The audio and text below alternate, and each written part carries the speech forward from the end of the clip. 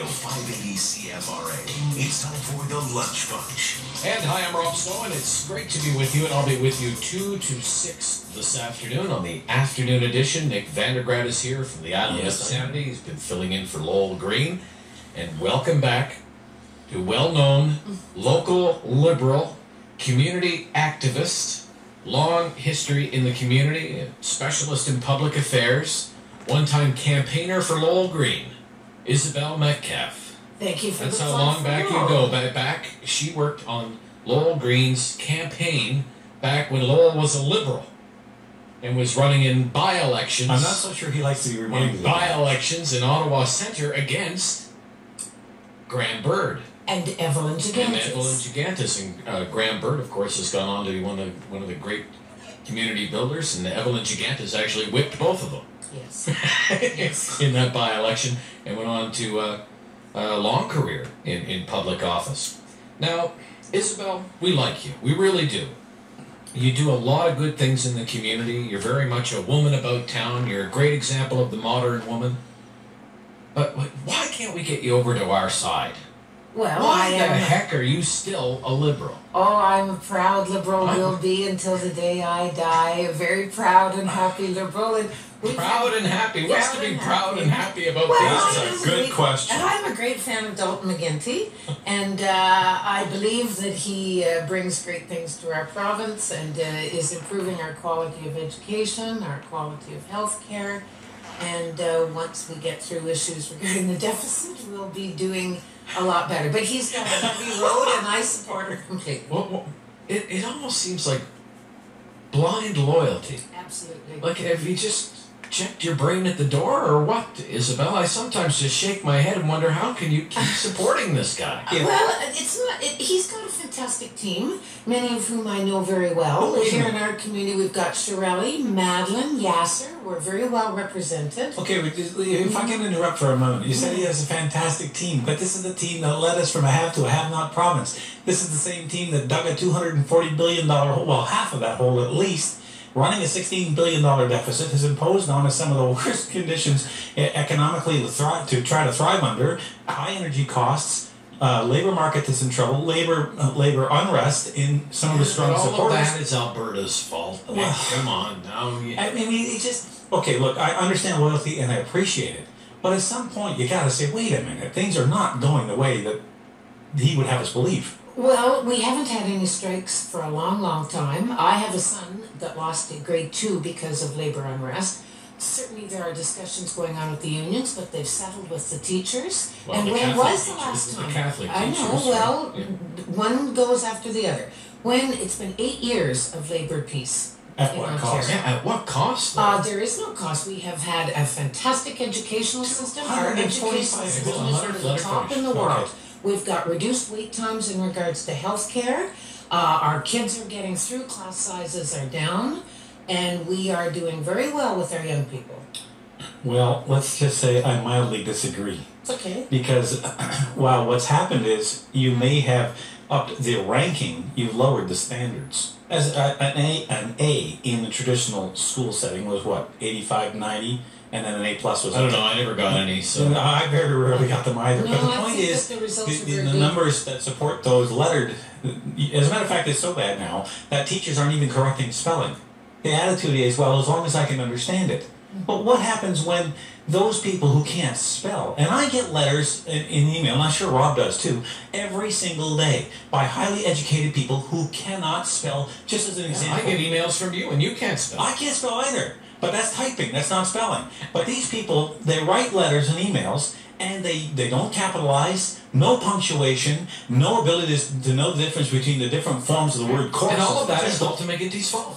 Well, no, maybe not all of it, but doggone it, when I look at education, I don't see anything that you can really point to. All right, well, let's get into the hot issue over the last 24 hours has been this Dr. Mazza. Right, he comes before the Public Accounts Committee. They've been trying to track this guy down. We understand that he's had some health problems, but this is a guy who was in charge of the Orange Air Ambulance Service for roughly 6 years. And yet the Minister of Health gets up there and says, oh, I was lied to and I was misled and I didn't know what was going on. I mean, what's your take on what was going on there? This is $700 million that could have been used for healthcare and This is hospitals. unfortunate. There is no doubt about that. This is very unfortunate. I watched some of that last night. I was as concerned as everybody else is. I guess I'm just glad that we're on top of it. We're rectifying it. There's a new team in place now. Really, were you Deb on top of Matthews it? is still there. Deb Matthews is very She should capable be and sacked. very competent. She moved very quickly.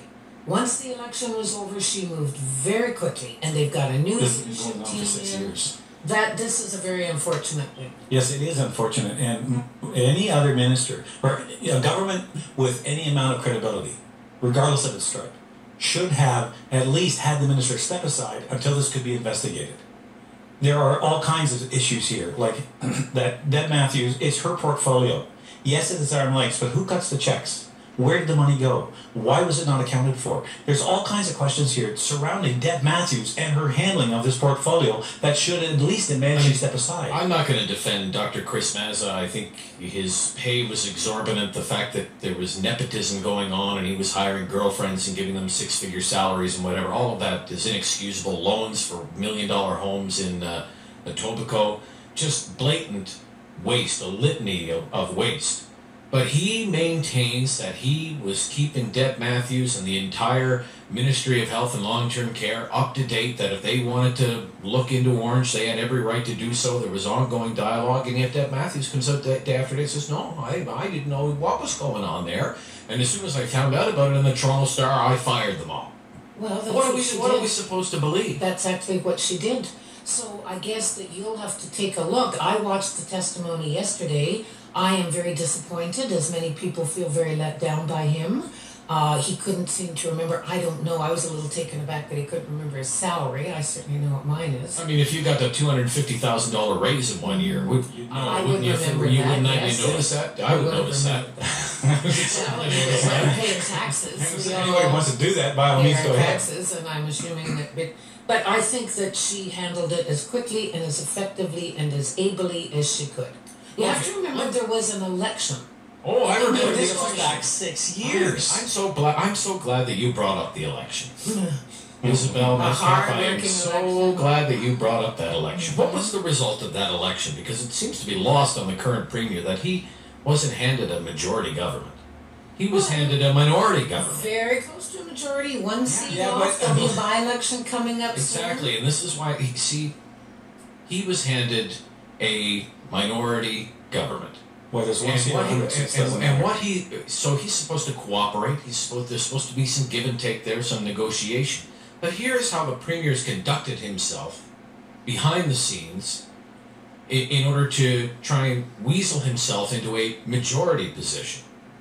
We know, for example, by way of the Toronto Star Queen's Park Bureau, that he's been having all kinds of meetings and making all kinds of overtures. You know, for example, if you were a Conservative MPP, Isabell, how would you like to be a Justice of the Peace? Wouldn't you like to? How would you like to go work as a bigwig at the LCBO?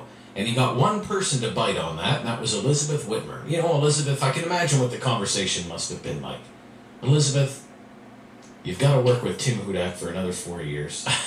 You're not gonna be in government. You don't have a cabinet post. Why don't I make you the head of the Workplace Safety and Insurance Board? Yes, I give you a $50,000 raise, and you don't have to sit on the opposition side of the legislature anymore. You can go do your own thing.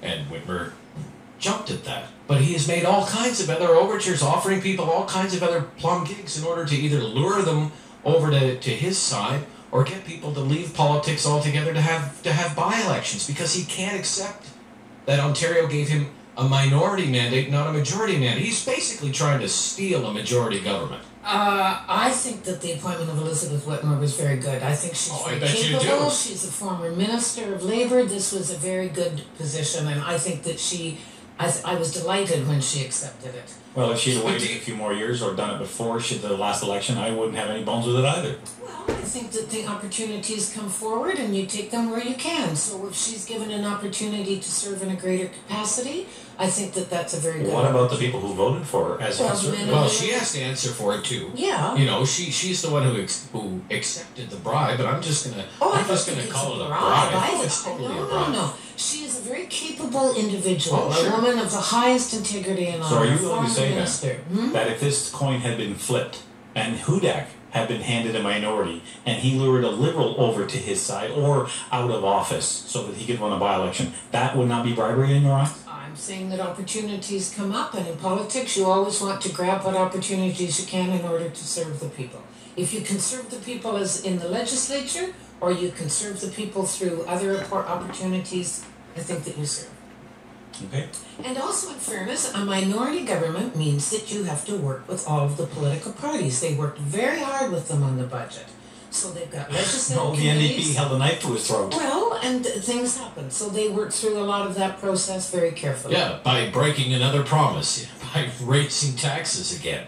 This time on the wealthiest Ontarians, so people who make more than $500,000 a And year. employ a lot of people and create a lot of wealth. Dalton for the McGuinty province. caved in to the New Democrats and imposed a $500 million tax increase on people who actually employ people, business owners. Where's the incentive, Isabel, to make something of yourself in Ontario anymore? Well, I think it's been proven fairly effectively. I don't make that kind of money, so I don't have to worry about that. Oh, I don't think But I I do. do, Maybe combined we never might mind, qualify for the wealth contribute. I tax. don't know. My part of it wouldn't go that high. No.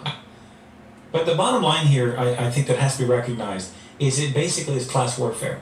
The NDP are famous for that. They love to pit one group against the other, and they just imposed it on Dalton in order to keep his reign in power, and he said yes. And this is not the way a premier who's supposed to forget his political stripe the day he takes office, because he's supposed to be the premier for the whole province, not just the people who voted for him.